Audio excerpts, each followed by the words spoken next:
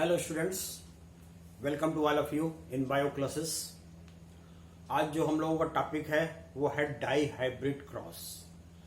Last video में हम लोगों ने पढ़ा था मोनो हाइब्रिड क्रॉस, यानी mono means single characters, single contradictory characters. और आज हम लोगों ने जो सुना है वो है डाई हाइब्रिड क्रॉस मेंडल का, जिसमें कि उन्होंने दो कंट्राडिक्टरी कैरेक्टर्स लिए थे और इसके बाद उन्होंने क्या रिजल्ट निकाला ये हम और आप देखेंगे आज।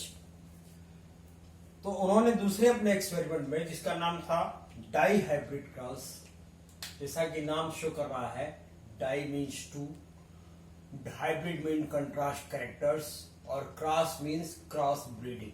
ठीक, तो डाई हाइब्रिड क्रॉस दो कैरेक्टर्स का, डाई हाइब्रिड क्रॉस दो कैरेक्टर्स का क्रॉस ब्रीडिंग, ऐसे समझ लीजिए आप।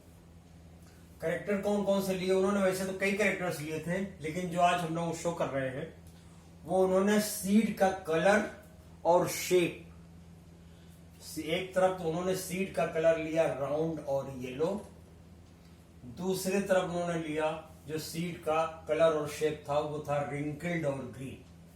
ग्रीन कलर था, रिंकल्ड शेप था, रिंकल्ड मीन्स झुर्रीदार, राउंड शेप था और येलो कलर था।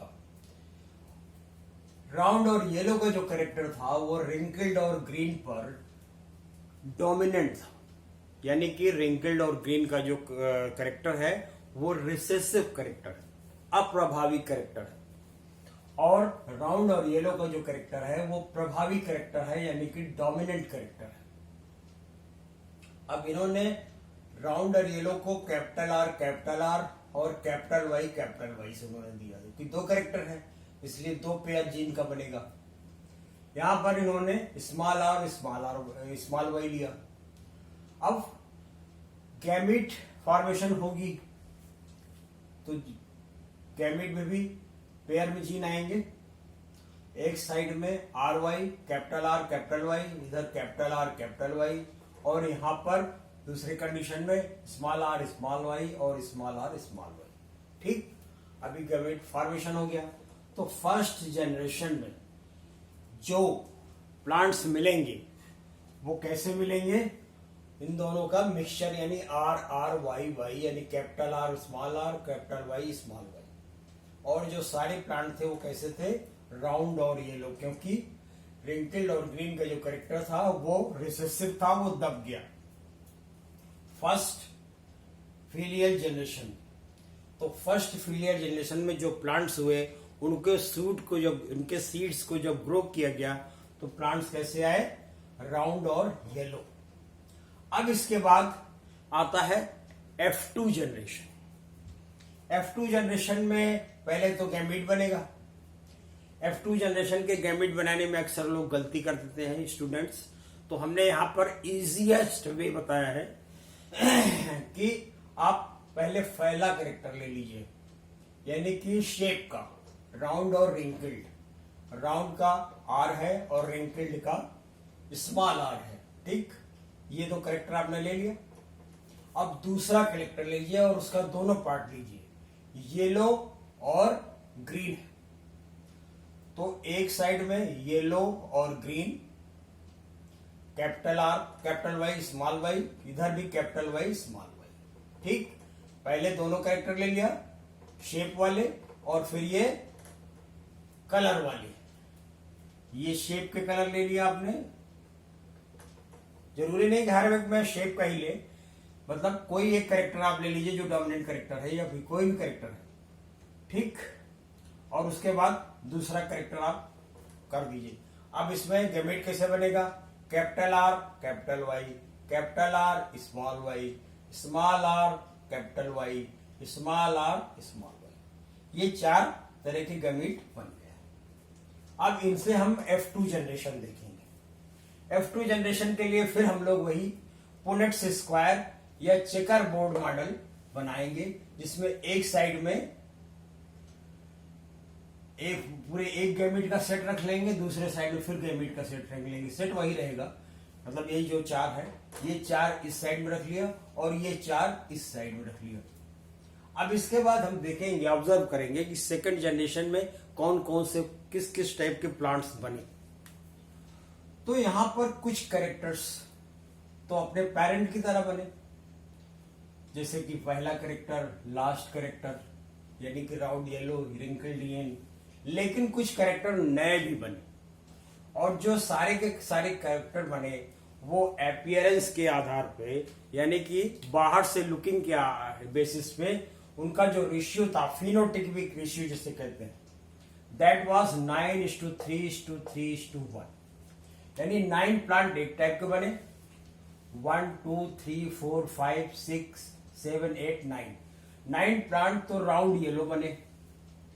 3 प्लांट राउंड ग्रीन बने, 1 2 3 प्लांट रिंकल्ड येलो बने, 1 2 3, और एक प्लांट जो बना वो बना रिंकल्ड ग्रीन। ठीक, तो फिनोटिपिक रेशियो आया 9:3:3:1। अब यही दूसरी ओर आप जीनोटिपिक रेशियो देखिए, तो जीनोटिपिक रेशियो है 1:2:2:4:1:2:1:2:1, यानी कि कैपिटल आर कैपिटल वाई 1 बना, capital R small R capital Y 2 बना, capital R small Y, capital Y small Y, ये 2 बने। इसी तरह से पूरा का पूरा सेट जीनोटिपिक रेशियो का बन गया। ठीक, और इसमें कई ऐसे भी कैरेक्टर बने, कई ऐसे प्लांट बने जो अलग अलग तरीके के बने, वेरिएशन क्रिएट किया। जैसे कि राउंड के साथ ग्रीन आ गया, रिंकल के साथ येलो आ गया, तो ये नए टाइप के प्लांट्स बने और ये वेरिएशन क्रिएट करने वाले प्लांट बने।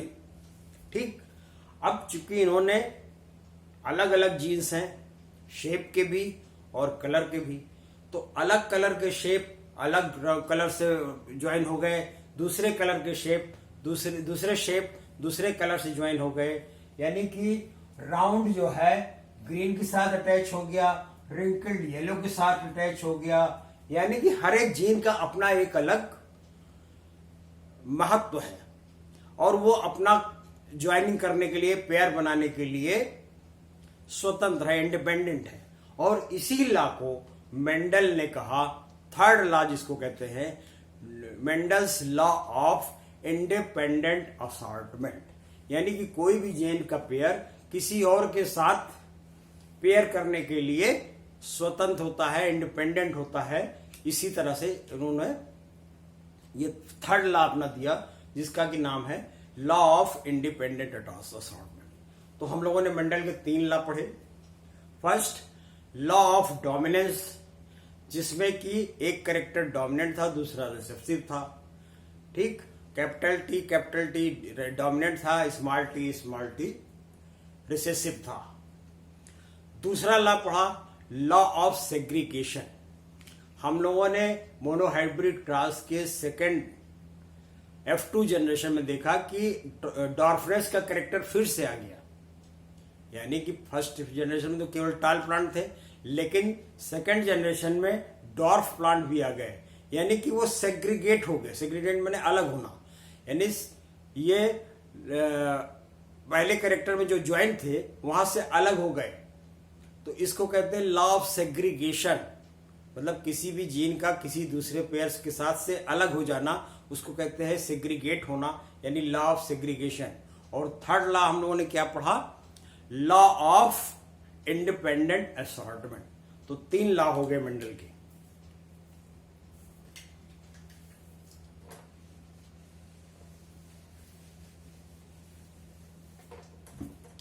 तो मेंडल्स 3 लॉज हैं। फर्स्ट लॉ था लॉ ऑफ डोमिनेंस,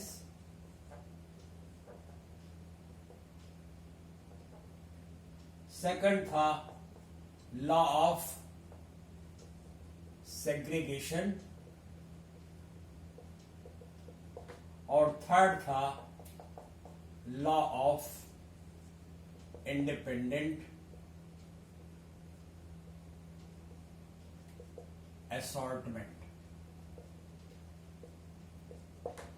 अब इसी बेसिस पे मेंडल के इसी लॉज को बाद में डिस्कवर किया गया जीन की डिस्कवरी के बाद इस पूरी साइंस को नाम दे दिया गया जेनेटिक्स। और देखा गया कि मेंडल ने जिस चीज को ट्रेट कहा था बाद में उसको कैरेक्टर कहा गया। जिस चीज को मेंडल ने फैक्टर कहा था उसको बाद में जीन कहा गया। मेंडल ने यह भी कहा था कि सारे फैक्टर्स पेयर्स में होते हैं और एक पेयर का एक फैक्टर जो होता है वो डोमिनेंट होता है, एक फैक्टर रिसेसिव होता है। तो बाद में ये भी पाया गया कि जीन में वो एक जो है डोमिनेंट होता है, एक रिसेसिव होता है। और इन दोनों कैरेक्टर के पेयर को कहते हैं एलील, यानी कि एक दूसरे के एलील होते हैं, एक दूसरे के अपोनेंट होते हैं। जैसे कि टॉलनेस और डॉर्फनेस कैरेक्टर। एक जीन टॉल प्लांट बनाता है, एक जीन डॉर्फ प्लांट बनाता है, ऐसे नहीं कि दोनों एक दूसरे के एलील हैं। ठीक, अब बाद में इसकी एप्लीकेशन शुरू हुई वेरियस डिजीजेस को, उसकी हिस्ट्री जानने के लिए, और इसके एप्लीकेशन शुरू हुए। जो सबसे कॉमन एप्लीकेशन है that is known as sex determination. That is known as sex determination.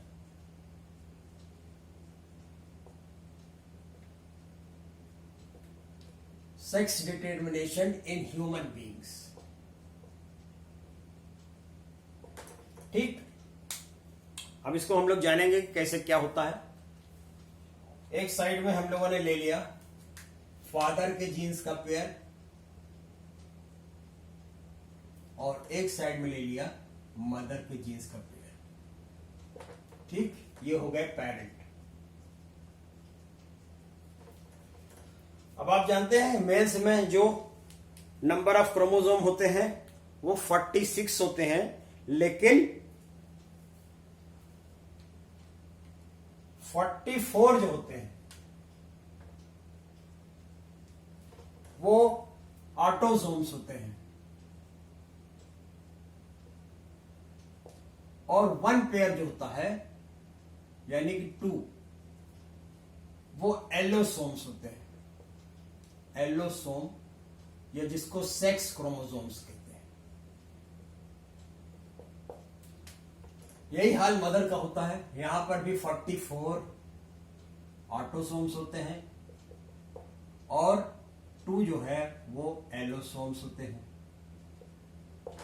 अब दोनों का जो डिफरेंस होता है वो यहीं पर होता है, ये जो सेक्स क्रोमोसोम है, क्योंकि यहां पर जो कॉम्बिनेशन होता है दैट इज, ये जो 2 क्रोमोसोम होते हैं, फादर में X और Y होते हैं और मदर में जो होता है वो X और X होता है।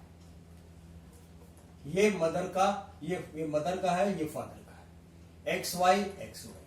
अगर किसी पर्सन में XY क्रोमोसोम का पेयर है तो वो मेल होगा, अगर किसी पर्सन में XX क्रोमोसोम का पेयर होगा तो वो फीमेल होगा। अब यहां पर गैमीट बनेगा।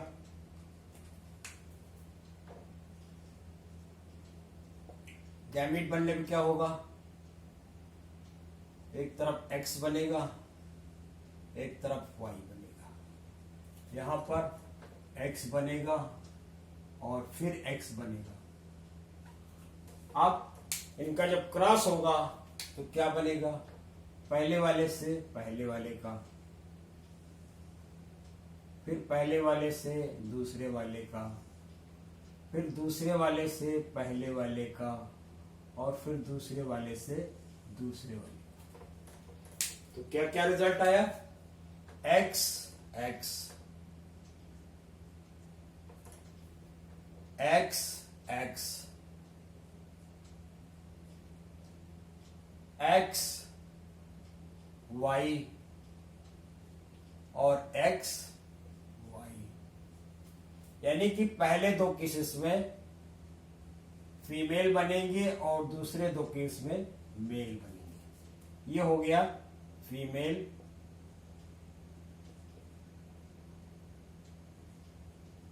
यानी गर्ल, और इधर हो गया मेल यानी कि बॉय। ठीक, तो ये हुआ सेक्स डिटर्मिनेशन। 50% चांसेस फीमेल के और 50% चांसेस मेल के। तो ये होता है सेक्स डिटर्मिनेशन। अब यहाँ F2 जनरेशन हम नहीं कर सकते, क्योंकि F2 जनरेशन तो तब होगा जब ये मेल फीमेल और मेल जो है एडल्ट होंगे, उसके बाद उनकी मैरिज होगी, उसके बाद तो इतनी लॉन्ग प्रोसीजर तो है नहीं, इसको तो डिस्कवर एक्सपेरिमेंट इस पे किया नहीं जा सकता।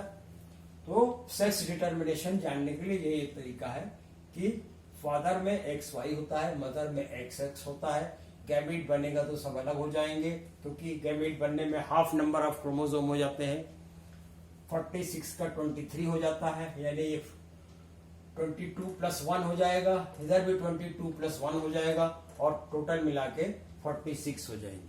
तो ये है सेक्स डिटर्मिनेशन और डाइहाइब्रिड क्रॉस।